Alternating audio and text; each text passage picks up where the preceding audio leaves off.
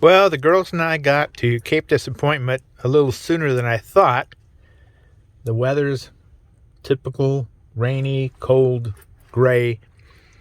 Kate's on the watch out because the person parked nearby us has a large shepherd that she's keeping an eye on. Sarah just wants to go back outside and roam around again. But in this weather, they'll get dirty and wet. And I don't want to have messy dogs on the first day of the trip. Kate, what are you doing? Yeah, you see that dog over there, don't you? Sarah, where are you? Yeah, Sarah's been standing up the whole trip down here. She does this usually the first or second day, get her sea legs, I guess. And then she just calmly sits down, lays down on the rug here in the middle, and is content. But she just wanted to see what was going on, huh? Yeah, what was going on? Uh-oh. Kate's keeping an eye on their dog. Okay, guys. Well, let's let it rain a while, and then we'll go out, okay? Yep. All right. We'll check back with you later. Well, since January, you can see they've scooped out these areas here closest to the beach that was destroyed by all the Pacific storms in December and January when I was here last. And we even have someone over here in one of them. But they've come in, scooped them all out, and they're usable now.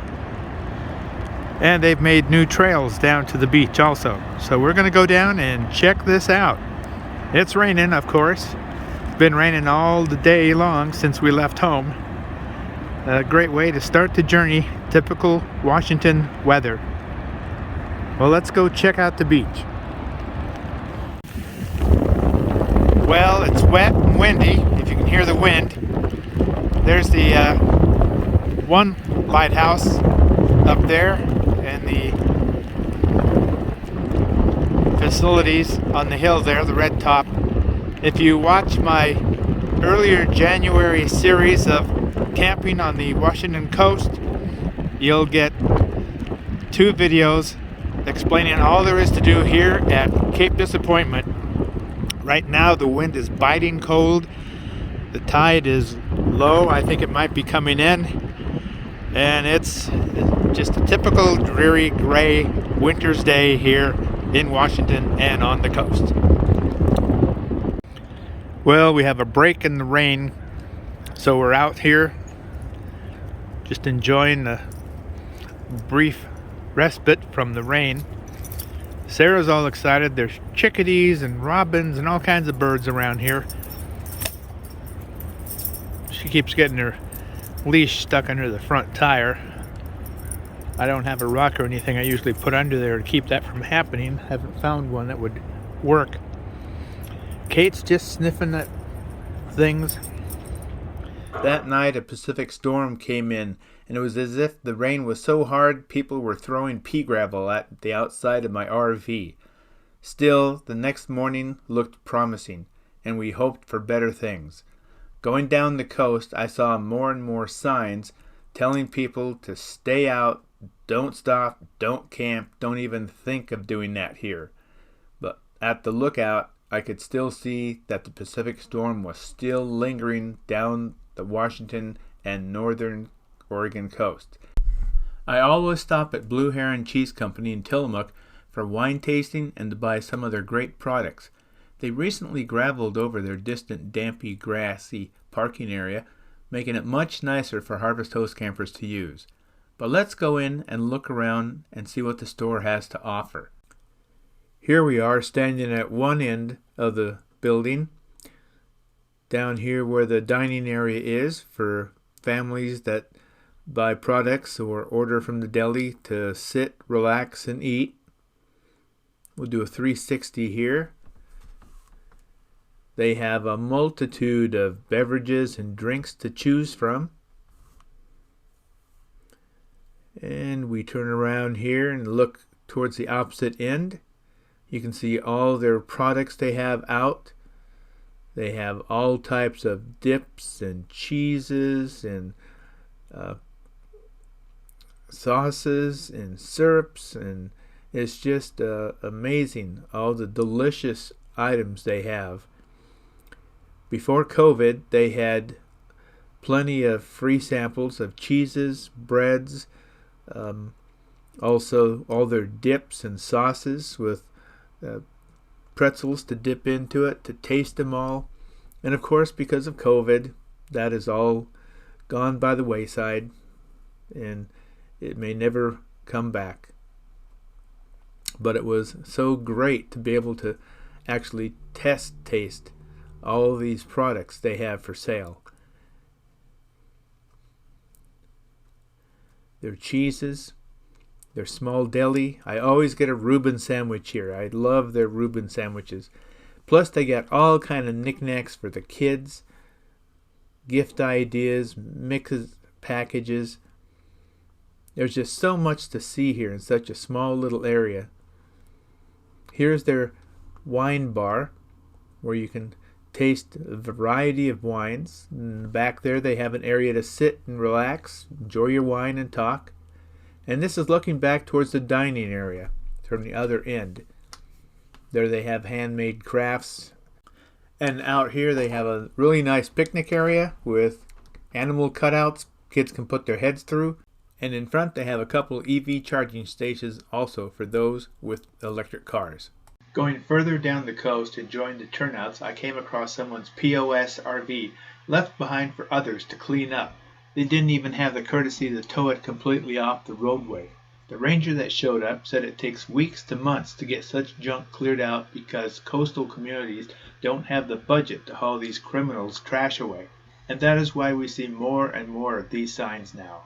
On the far cliff is Heck the Head Bed and Breakfast Inn, which I have stayed at several times. They are known for their delicious 7-course breakfasts and their turn-of-the-century lightkeeper's house. It is unique and a lovely stay that you should look into if you enjoy B&Bs when traveling. But let's continue down the coast for now. If you look offshore, you will see a dark line and smaller, darker patches scattered about. These are the markings of an offshore kelp forest, which are extremely important to our marine coastal ecosystem. They act as nurseries and protection to many marine species of fish and crustaceans. But let's get back on the road. We have miles to go. That is how Kate sleeps. Hi, Kate. I was just talking about you. That's how she sleeps when we're on the road trips.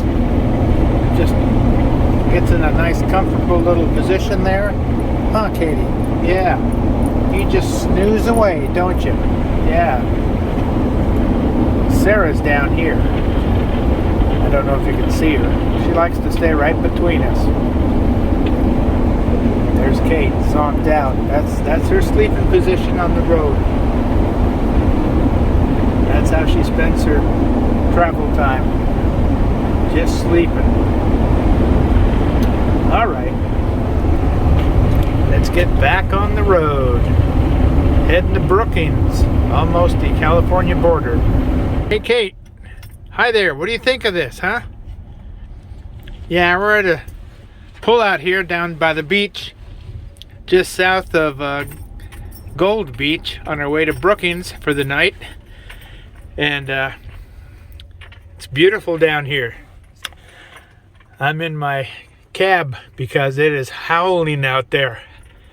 Howling. There's a guy out there, if you can see him, windsurfer. He was way out there earlier, just sailing away. But it's probably 35-40 mile an hour winds.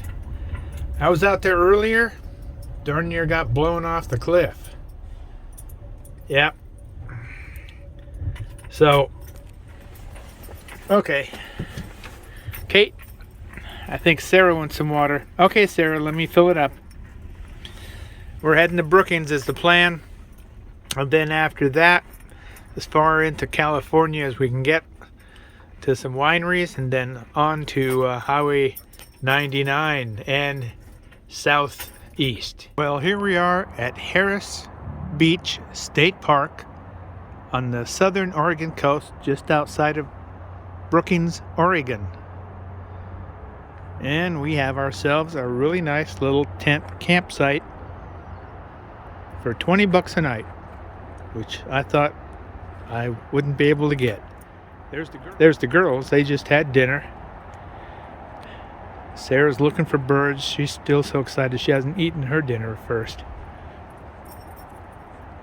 But this is a big campground, well developed, big old growth coastal timbers, and there's a trail down to the ocean right over here across from us.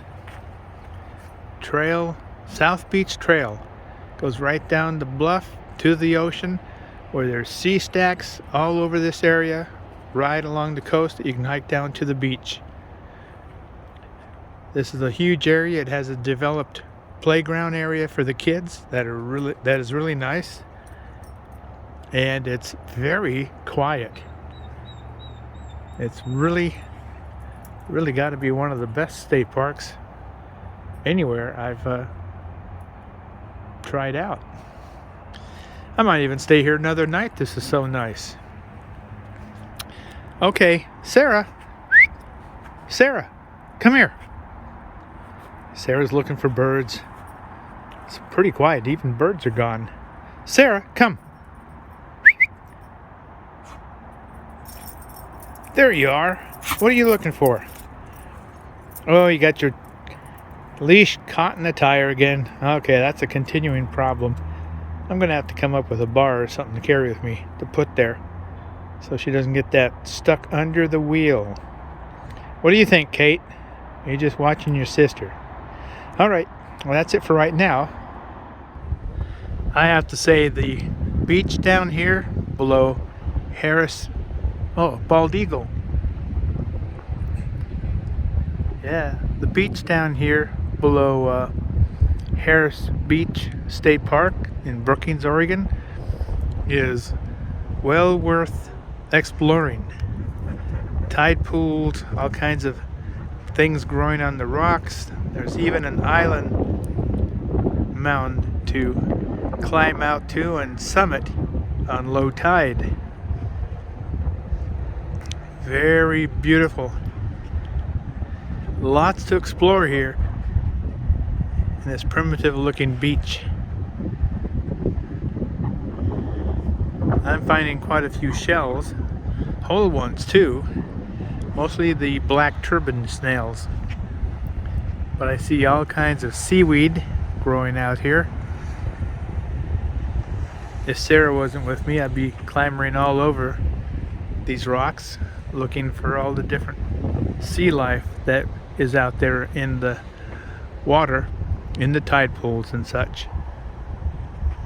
But this is one of the best beaches just below a state park on the Oregon coast, Highway 101, just outside of Brookings, Oregon. The tide is starting to come in now.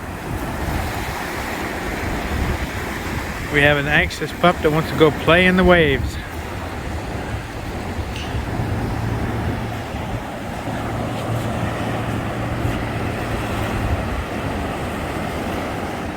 But it's time to head back to our campsite and get ready for the night. We have many more adventures ahead of us yet to come.